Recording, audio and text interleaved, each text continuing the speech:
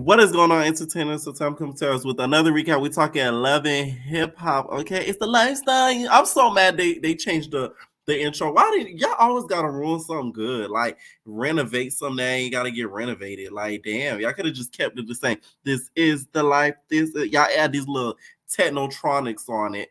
God damn it, we didn't need all that extra technotronics. I could have just left it how it is regular. Y'all want to add all this new stuff. Anyways, uh, first we start off this episode. We see Mendeecees talking to Scrappy and Jock basically about the egg. Okay, he's still stuck on this whole egg situation. She's like, like Yandy, she's trying to get another baby, and like that's my baby, and you feel me. She's taking away our baby and giving away our baby, and I don't really like giving away babies. He's still stuck on a baby thing. Like, girl, okay. But my whole thing is, I really feel like Yandy shouldn't do it because it's a permanent thing that can have an effect on their marriage. Like I said in the other video, some people in the comments are like, "Oh, it's her uterus." I get it, okay, but it's different when it comes to a marriage. I feel like you really have to consider your partner in decisions like this. It's because it's permanent. It's not like she's giving away like a freaking bag that she could ask for back. Like you can't ask for the baby back. Have a baby by me, baby, a billionaire. Like you can, it's done. It's final. Now I will say though, he's being very dramatic.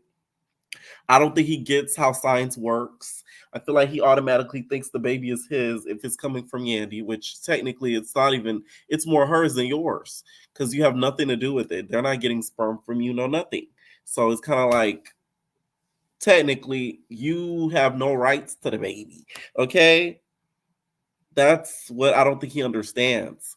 But he's talking to Scrap and Jock about it, and they're kind of looking at him crazy because he was like, "What if somebody offered you like 100K for your sperm? Like, would you do it?" Child, let me tell y'all something. I would bust a nut so quick. Cause girl, are you serious? 100K?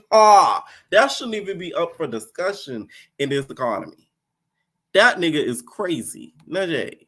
Crazy as a motherfucker. So Amy and Mazi, you guys are back together after years of toxicity. Y'all remember Amy and Mazi when they broke up? The internet was in ruins. I remember this. Okay, the internet they were like Armand and Regine. Like that's like the older Armand and Regine. No shade. Like if you really do the comparisons, Amy is Regine, Mazi is Armand. So they're now back together, and apparently she was seeing him on the low, I guess, last season. I could kind of see this. I feel like Jock was just giving her good dick. I hope y'all was using protection, no shade. And she was still with this Mazi guy and is now bringing him on the show. So she's kind of scared to tell her family about it because when they broke up, she clowned him online.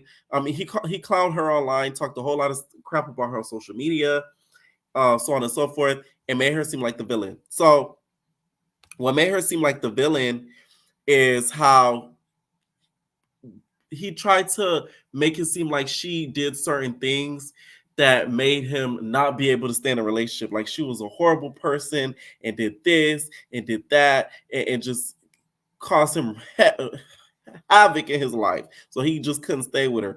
And he went on social media and did that. I'm sorry, I couldn't get back with somebody who did that. Okay? Because it's one thing for you to do to me, but for you to get online and clown me in front of millions of people that I don't know, that's another type of disrespect. I'm sorry. It's just like public embarrassment to me is the worst. I hate being embarrassed, by the way. Like that's one little thing of mine that's like I can't get over that. So if you publicly embarrass me and think that you're kind of gonna get away with it and we're gonna be back together, not gonna happen. It's just not gonna happen. So she's more of a forgiving person than I could ever be, to be honest. And how could you trust him too after him doing something like that? Because he basically ran your information to the ops. He is an op at that point, in my opinion. So Erica and Jock meet up at this like car location. And let me tell y'all, Jock said what I've been saying all last season. He said, Erica, Do not let this relationship with Chaotic overpower your music. I said, I know that's right. This is why Young Jock, as much as y'all made fun of him with it's going down, meet me at the club, it's going down, with him being a one-hit wonder, guess what? That one hit holds a lot of knowledge upside that nigga head. Cause I was thinking the same thing, because for Erica Banks, we didn't know her to be the relationship girl. Like, we know her to be a raptress that was a little bit problematic, but the bitch could spit. But now we know her as the girl that's dating Chaotic. That's not good.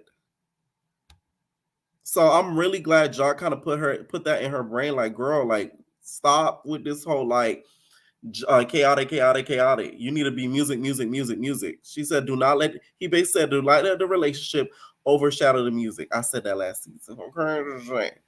Now, Chaotic meets with Amy. Amy breaks the news to him that, you know, she's back with Mazi, and they're like playing tennis. Chaotic doesn't have a silent button. You know, on your phone where you can lower the volume? That's not on Chaotic. Chaotic said, what? You bet with Mazi? Oh, so you've been fucking with him the whole time. That's what you've been doing. Yeah, that's what you've been doing. Yeah, so like, if it don't work, don't come back to me, cause I'm not gonna be with you. I can't be loving on you, Amy. What we gonna be doing, Amy? That's how Chaotic talk. I'm like, oh my god, this nigga is loud 24/7. So next thing you know, Mazi walks up. I'm like, it's giving out STV. Like, of course he walks into the scene. So he walks into the scene, and Chaotic, you guys, is like, oh, there you go right there. He was like, oh, look at the two lovebirds. Look at them. Together forever. Look at them. And I'm like, I feel like Amy was used, not you, I wouldn't say she was using Chaotic. The only thing I would say she was using him for is a storyline. I don't think she liked Chaotic like that.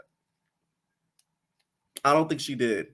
I saw more compatibility between Erica Banks and Chaotic. I did not see that with Amy and Chaotic. Amy, bitch, you got a type. Mazi looks just like Chaotic in that episode, but you know, a lighter version. Dead ass. They look very much alike. I'm like, okay, now I can see. Now I can see. Okay, Amy got a type. So he's like, oh, enjoy her. I hope it works out. I'm finna leave. And then Miles is like, it is gonna work out. I thought he was gonna get mad because Chaotic was low-key being disrespectful. But y'all know Love Hip Hop a little scripted.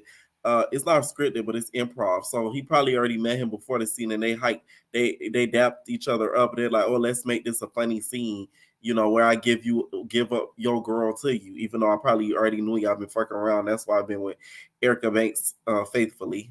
Okay, y'all gotta read between the lines. Okay.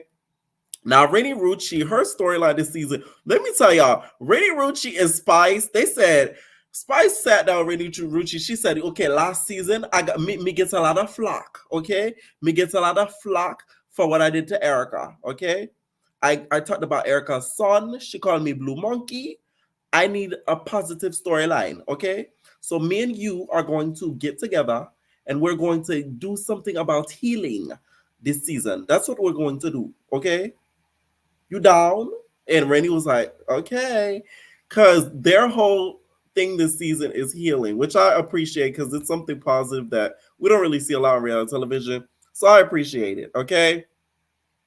Because that's all we've been seeing from Spice is the healing journey. That's why Shakana ain't got no camera time.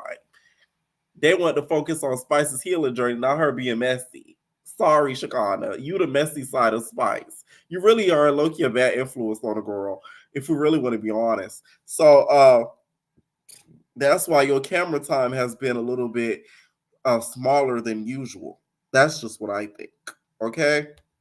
Now, Randy ends up inviting her baby dad to her son's birthday party. He ends up coming and he does something that I don't see a lot of black fathers do to their baby moms that they don't get along with. He apologized. He said sorry for all that he's done, stressing her out, and he regrets doing it because he feels like it isn't, you know, right for him to have treated her that way and have done some of the things that he's done, because now that her mom has passed away, she now is like a full-time mom and has to take all the responsibilities on herself. So shout out to Rainy Rucci for really actually doing the work. I told you I've done therapy a little bit in the beginning of this year and the end of last year, and it really does help out. So shout out to her for actually displaying that, because not a lot of people, one, admit to that, and two, actually show that. So props up to mama. Okay. Now, Amy reveals to her mom and her family that guess what? She's with Mazi. The way she reacted, it gagged me. She said, "He is not ready for you, Amy. No, he's not. He is out of line." Okay? Amy's mom was not having it. Amy's mom lives vicariously through Amy. It's blatantly obvious. I'm like, whoa, Jesus. But that is a mom at the end of the day, so she see her daughter deal with this fault now, and she don't want him to deal with the fault now. Now, I will say it's very interesting, Mr. Mazi, how you're getting around now that she's on Love and Hip Hop. Is it giving clout and clickbait or what? I don't know. But I can see where the mom is coming from, because why all of a sudden you just around?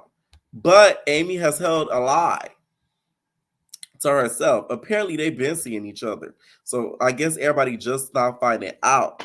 And she's been keeping it a secret. So they've always been kind of together. All right. Now, Amy kind of trying to calm down the mom, even though the mom's veins were popping out of her neck, going through her forehead, vein bigger than Mariah Lynn's, like pissed. But I just think she's still gonna be with Mazi and have the mom deal with it. Now, I don't think she should deal with. I agree with the mom. I really do. I just don't trust his intentions, because still, even if they were talking a little bit before that he's been revealed on this season, he still came around the time Love Hip Hop came on and about. So it's kind of convenient timing that happened. So I don't know. I don't agree with it though.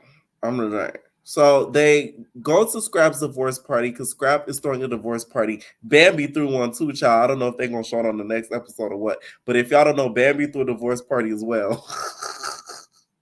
But Scrappy's divorce party, y'all.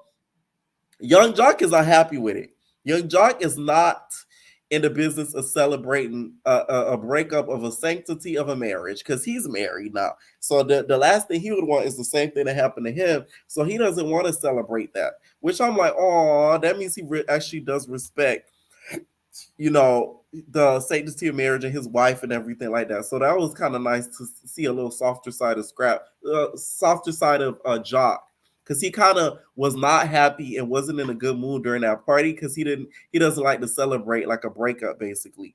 But Chaotic, on the other hand, he's the hostess with the mostest. Okay, he's like, oh yeah, we celebrate my guy Scrappy. I love my nigga Scrappy. You feel me? Like, yeah, we finna get some bitches, some pussy. Scrappy, Scrappy. Okay, so he's happy as hell that Scrappy has gone away from the baby. And guess who else is there? Diamond from Cry Mob. Diamond is our guest of the season. Okay.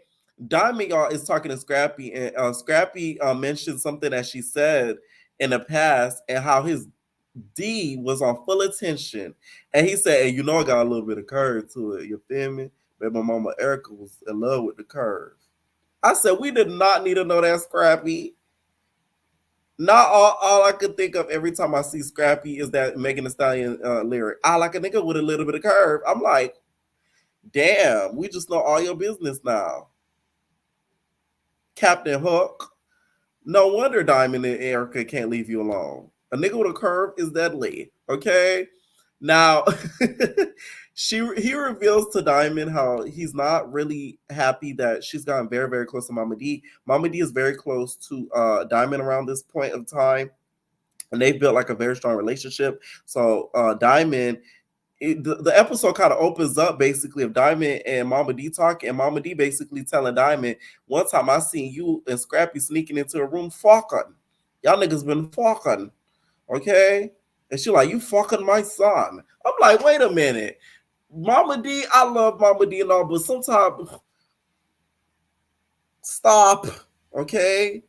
That's a little bit too nasty to be talking about your son, talking about your son's fucking. I'm sorry, like goddamn. Okay.